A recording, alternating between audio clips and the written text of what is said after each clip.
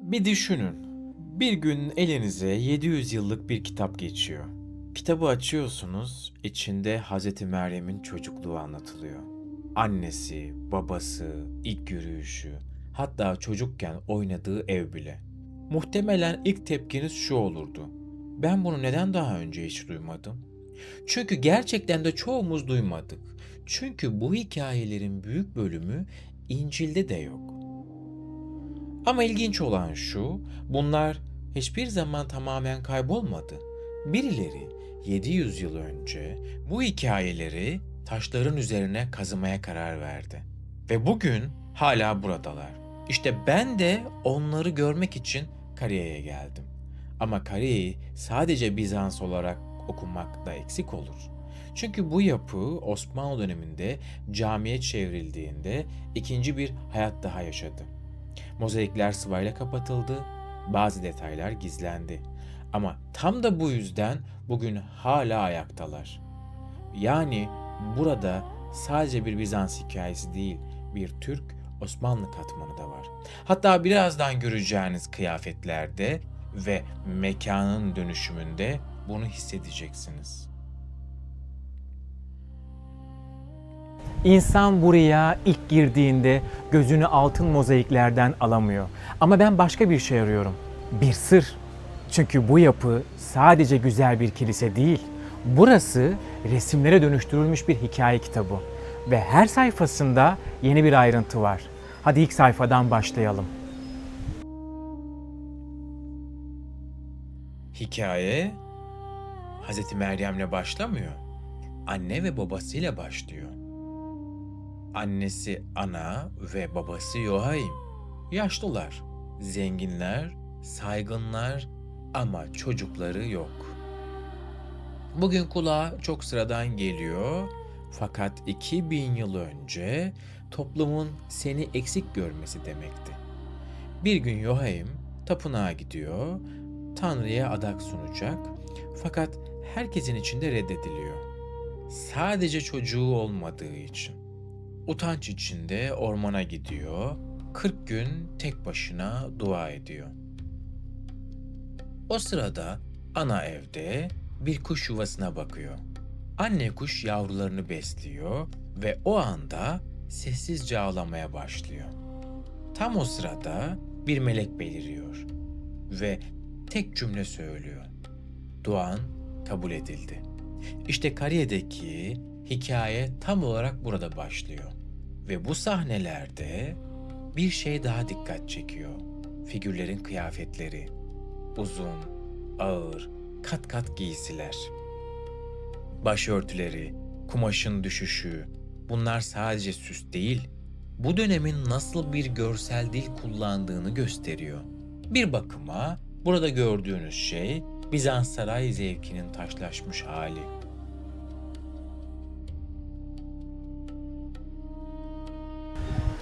Buraya kadar her şey bir masal gibi gelebilir. Ama birazdan göreceğiniz sahne beni gerçekten şaşırttı. Çünkü Bizanslı sanatçı kimsenin önemsemeyeceği küçücük bir ayrıntıyı bile duvara işlemiş. Ve bence Kariye'nin en güzel tarafı tam olarak da bu. Aynı zamanda Osmanlı döneminin bıraktığı izler de bu yapıyı daha da güzel kılıyor. Mozaikler kapatılmış olsa da yok olmamış. Tam tersine korunmuş. Bugün onları yeniden görebiliyorsak bu yapının Türk ve Osmanlı döneminde geçirdiği dönüşümünde payı var. Bakın, Meryem doğmuş. Annesi yatağında. Bir hizmetçi beşiği hazırlıyor. Diğeri ilk banyosu için suyu ısıtıyor. Bir başkası odayı serinletiyor. Sonra mozaiğin köşesine bakın. Kapının arkasında biri var. Yohaim. İçeri girmek istiyor ama çekiniyor. Sanki bugün hastane kapısında bekleyen bir baba gibi. Aradan 700 yıl geçmiş. Ama aynı duygu hala okunabiliyor. İşte sanatın gücü bu. İnsan değişiyor, yüzyıllar geçiyor ama bazı duygular hiç değişmiyor. Ve bu sahnede kıyafetlere tekrar bakınca O dönemin dünyasını daha net görüyorsunuz. Kumaşların ağırlığı, katların düzeni, başların örtülüş biçimi, bunların hepsi sadece estetik değil, aynı zamanda bir statü dili, bir kültür dili ve bu yapının Osmanlı döneminde aldığı yeni kimlikle birlikte Kariye artık sadece bir Bizans eseri değil, Türk ve Osmanlı tarihinde sessiz tanığı oluyor. Hz. Meryem henüz 3 yaşındayken ailesi verdikleri sözü tutuyor. Onu tapınağa getiriyorlar. Bir anne ile babanın çocuklarını bırakıp arkasına dönmesi. Muhtemelen bu hikayenin en zor anlarından biri. Rivayete göre Hz. Meryem burada yıllarca kalıyor. Tapınağın içinde büyüyor, dini eğitim alıyor ve hayatı artık diğer çocuklardan tamamen farklı ilerlemeye başlıyor. Kariye'nin duvarlarında dikkatimi çeken şey şu oldu. Sanatçı yalnızca büyük olayları resmetmemiş, küçük anları da ölümsüzleştirmiş. Bakın, bir sahnede Hz. Meryem tek başına duruyor. Karşısında ise bir melek var. Apokrif alıntılara göre melekler zaman zaman yiyecek getiriyor. Bu yalnız olmadığını anlatan sembolik bir sahne. Gerçekten yaşanıp yaşanmadığını bilmiyoruz. Ama yüzyıllar boyunca insanlar bu hikayeyi anlatmış. Ve Bizanslı sanatçılar da onu altın mozaiklerle işlemiş. Yıllar geçiyor, küçük Meryem artık genç bir kız. Fakat burada hikaye beklenmedik bir yöne dönüyor. Çünkü Meryem'in hayatını tamamen Tanrı'ya adadığı ve hiç evlenmemeye karar verdiği anlatılır. Tapınaktaki rahipler ise farklı bir sorunla karşı karşıya kalıyor. Genç bir kızın tek başına yaşaması mümkün değil. Onu koruyacak birine ihtiyaç var. Ama aynı zamanda ettiği yemine de saygı gösterilmesi gerekiyor. İşte tam bu noktada Kariye'nin en ilginç sahnelerinden biri karşımıza çıkıyor. Rahipler birçok adayı tapınağa çağırıyor. Her biri asasını sunağın önüne bırakıyor. Sonra bekliyorlar. Çünkü seçimi insanların değil, ilahi bir işaretin yapacağına inanıyorlar. Ve rivayete göre asalardan yalnızca biri yeşermeye başlıyor. İşte o asa.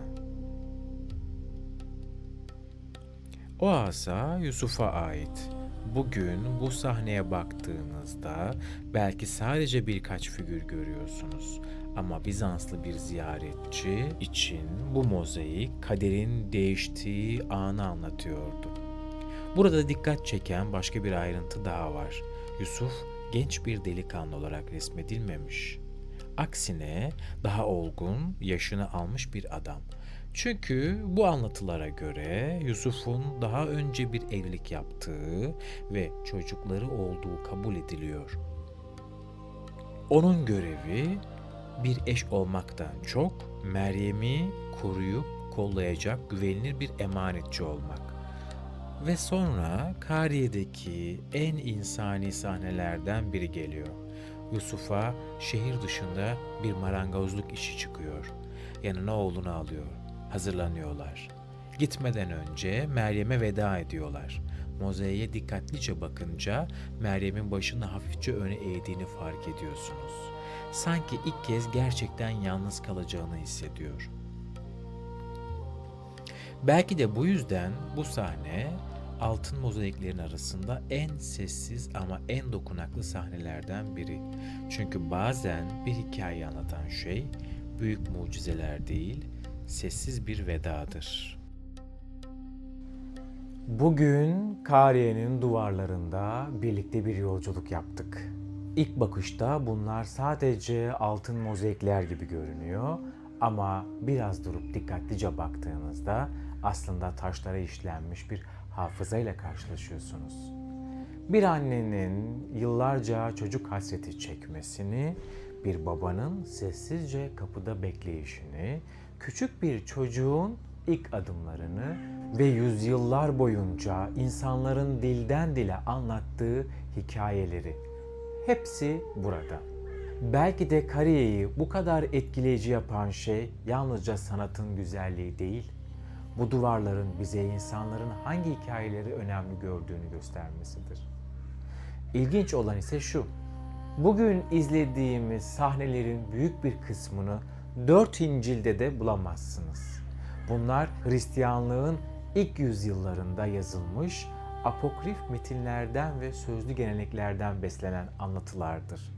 Bizanslı sanatçılar ise bu hikayelerin unutulmasını istememiş, onları altın mozaiklere dönüştürmüşler. Belki de bu yüzden Kariye sadece bir ibadet mekanı ya da bir müze değil ya da bir cami değil, aynı zamanda insanların neye inandığını, neyi hatırlamak istediğini ve hangi hikayeleri gelecek nesillere bırakmayı seçtiğini gösteren sessiz bir zaman kapsülüdür. Belki de bir yapıya bakarken sadece taşları görmemek gerekir. Çünkü bazen bir duvar yüzyıllarca sayfalık bir kitaptan daha fazla şey anlatabilir. İzlediğiniz için teşekkür ederim.